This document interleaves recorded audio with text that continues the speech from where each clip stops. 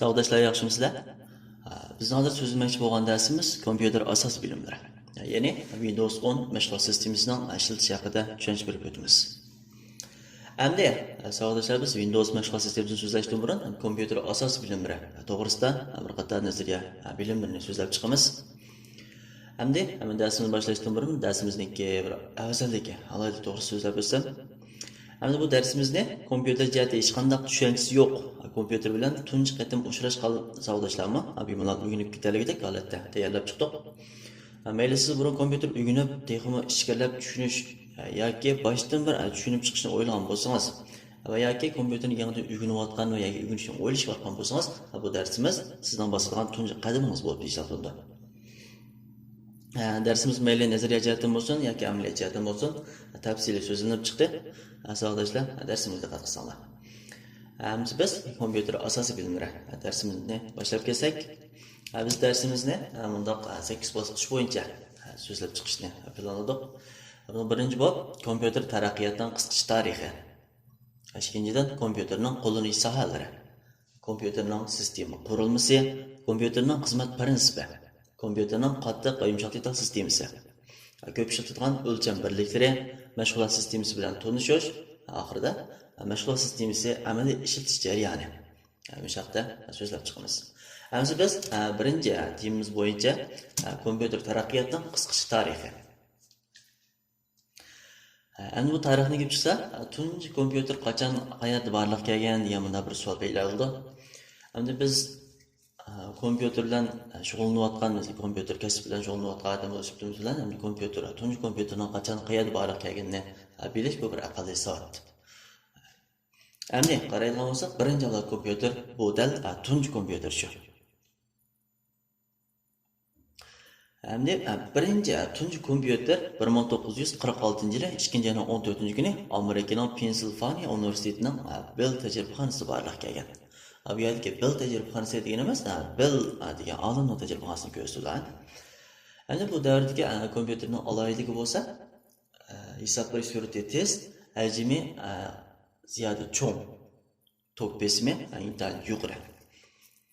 Bu kompyuter bir qatim qo'zg'alsa, Amerikadagi 50 necha shtatning toki 3 sekund to'xtab qoldi ekan, to'g'ri?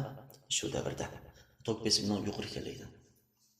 Endi bu kompyuter 1946-yildan 1958-yilda ishlatilgan.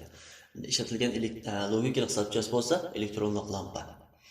Endi bu davrdagi tipik kompyuter turlaridan ENIAC, ENIAC va davlatimiz kompyuter turlaridan 103 va 104 qatorlar bor. Endi ikkinchi avlod kompyuter. Bu ikkinchi avlod kompyuter kristallama bo'lganlikdan elektr besimi tuvallab, hajmi ravs kichiklaygan. Burunqi kompyuterda 200 dan ortiq matematika olimi, 30 dan ortiq tokchi xizmat qilgan bo'lsa, ikkinchi avlod kompyuterda bir vaqtda yolg'iz bir odam mashg'ulot qilib, shu birinchi avlod kompyuterdagi o'rindigan vazifalarni bemalol o'rinlay oladigan holat shakllangan. Endi bu kompyuter kristallama ishlatilgan 1958-yildan 1964-yilgacha ishlatilgan. Tipik kompyuter turlaridan bo'lsa, IBM'ning 790 va davlatimizning kompyuter turlaridan 441B qatorliqlar bor. Endi qaraydigan bo'lsak, 3-avlod kompyuter. Bu davrga kelganda tok yo'lni to'plashtirish texnikasi borliq kelib, kompyuterga to'plashtirilgan tok yo'l ishlatgan. Shuning bilan bu kompyuterning hajmi texnik kichiklab, hisoblash surati texnik oshgan, tez bo'lgan. Bu kompyuter 1964-yili barliq kelib 1972-yilgacha ishlatilgan. Ishlatilgan logik hisobchasi bo'lsa, to'plashtirilgan tok yo'li. Bu davrdagi tipik kompyuter turlaridan IBM'ning 360 va davlatimiz kompyuter turlaridan 655 va 709 qatorliqlar bor. Bu davrda boshlab kompyuter hukumat organlariga, korxonalarga o'tkazilishga boshlagan. Endi 4-avlod kompyuter. Bu 4-avlod kompyuter barliq kelgan davrlarda to'plashtirish texnikasi texnik ilg'orlashtirilib, kompyuterning hajmi texnik kichikligan, hisoblash surati texnik tezlashgan. Bu 1972-yildan hozirgacha ishlatilyapti 4-avlod kompyuter. Hozircha 40 necha yil bo'lgan bo'ldi hamda. O'sha hozirgacha hamda 4-avlod kompyuterni ishlatib kelyapmiz. kompüter yangilandı, yangilanmayapti lekin qattiq detal jihatda zo'r o'zgarish yo'q.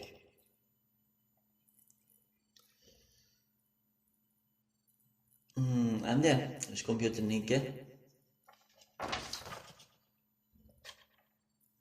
kompüter taraqqiyotining qisqacha tarixi haqida to'xtalgan videolarimiz hamisha oxirlashdi. Endi keyingi keyingi darsimiz qaraydigan bo'lsak, kompyuter qo'llanish sohalari.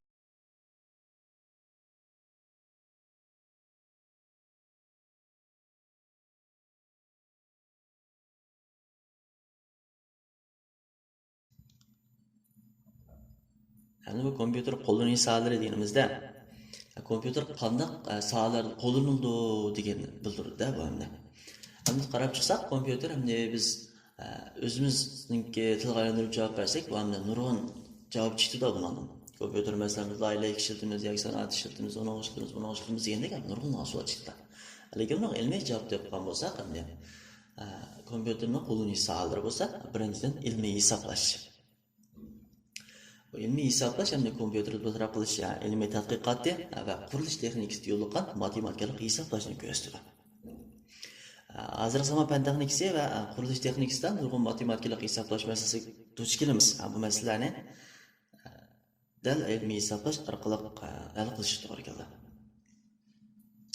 Endi qaraydigan bo'lsak, sonliq ma'lumot bartaraf qilish. Sonliq ma'lumot bartaraf qilish deganimizda mayli shaxsiy uchurimiz bo'lsin, mayli boshqa uchurlar bo'lsin, mayli ham shu banka sistemasida bo'lsin, ko'p ishlatildi. Sonliq ma'lumot bartaraf qilish deganimizda biz shaxsiy uchurimiz bo'lsin, mayli undan boshqa tomoqxona sistemasi, tomoqxona boshqarish sistemasi, undan boshqa tomoq yuritish shu bu degandek narsalarni chiqarib ishlatamiz bunaqa. Bu qanday bo'ldi deganda, masalan banka sonliq ma'lumot bartaraf qilish orqali sizning barliq uchurlaringizni dalillab, endi banka qo'ygan pullaringizni yoki kartaning ichidagi pulni, kartaga omonat qo'yilgan pulni dalillab, selishtirib, sizga chiqarib berdi degan gap bu da shu sizningki kirgan sonliq ma'lumotlaringizni bartaraf qilish bo'lib hisoblanadi. Endi jarayonni kontrol qilish. Ama jarayonni kontrol qilish bilan kompyuter yordamida laylash va yasashni birlikda so'zlab o'tsak bo'ladi. Mesela kompüter yardımıyla laylash va yasash deganimiz endi men tug'andek ham CAD, CAM degandek ma'qul detallarning yordamida foydalanib laylashni ko'rsatadi bu.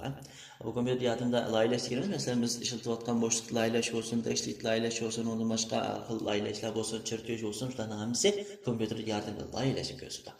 Endi yasashga kelsak, kompüterning yordamida laylab bo'lgan narsalarni biz laylab bo'lgan sonliq ma'lumotlarni yasaymiz. Mesela dayınca arqılık yasab bisip chiqirib berdi. Bunu bir yasash qiladi. Ondan boshqa kompüter yardım yasash deganimiz jarayon kontrol qilish bilan bog'lab so'zlasak buni. Mesela buni kompüterni cho'ng sohalarda ishlatildi. Mesela sanoat, yenik ig'ir sanoatlarda ishlasak, mesela mashina yasaydigan bir zavod desak, mesela mashina yasaydigan zavodda kompüter yordamida laylaydi. Mashina orqali zapchastlarni yoki boshqa narsalarni laylab bo'lgan keyin yana shu kompyuterning yordamida kontrol qilib, jarayonni kontrol qilib, u da jarayon kontrol qilishga bo'ldi. Jarayon kontrol qilib buni yasaydi. Mayli to'mirni eritib yassin yoki boshqa suvli materiallarni yassin, bu da jarayonni kontrol qilib, laylash va yasashga bo'ldi. Endi qaraydigan bo'lsak, kompyuter to'ri. Endi bu to'r degan form hech qaysimizga bir noto'g'ri qum emas. Mesela biz telefonlarımızda mı işletiyoruz? Hem de kompüter to'ri şunu o'xshab ketadi.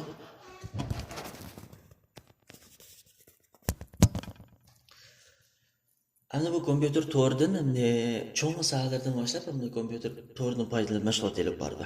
Masalan, banka biz so'zlab o'tgandek banka masalan siz boshqada turib pul qo'ygan bo'lsangiz, o'rimchik chiqib pulni ola olasiz. To'r bog'langan bo'lg'achqa, siz qayerda pul qo'ymoq shu to'r hamiyada bog'lanib, sizning shaxsiy uchuringizni hamiyada ko'rsatib beradi yoki adalallab bartaraf qilib beradi degan gap. Hamda undan boshqa xabarlash shirkatlari. Masalan, biz ishlatayotgan telefon kartalari yoki telefonning to'rlari degandeklarni hammasi shu kompyuter to'ri orqali ishlayotgan to'r hisoblanadi. Endi qaraydigan bo'lsak, sun'iy aqliy iqtidor. Bu sun'iy aqliy iqtidor hamda çoğu sahalarga munosabatli iqtidor bo'lib, masalan, mashinada mashinada sun'iy haqiqatlarniki eng tipik vakili bo'lib hisoblanadi. U mashinada hozir chiroy to'naydigan masalan odamlar to'naydigan bunday holatda odam qilgan xizmatlarni hammani qila oladigan holat bo'lib eslab chiqyapti. Sun'iy haqiqatlarniki tipik vakili bo'lib hisoblanadi. Hamda bu sun'iy haqiqatlarniki undan boshqa qo'llanilish sohalarga hamda sun'iy haqiqatlar qo'llanilgan boshqa narsalarni qiyoslab, masalan qulub deymiz, masalan chiroyimizni to'nib ichiradigan, undan boshqa kompyuterlarniki ovozli boshqarib qilib bera oladigan deganlarning hammasi sun'iy haqiqatlar bo'lib hisoblanadi. Hamda bizningki bu soat so'zlamoqchi bo'lgan darsimiz ya'ni kompyuterning qisqacha tarixi. Undan boshqa kompyuter qo'llanish sohalari tava bo'lgan bilimlar bu yerda oxirlashdi.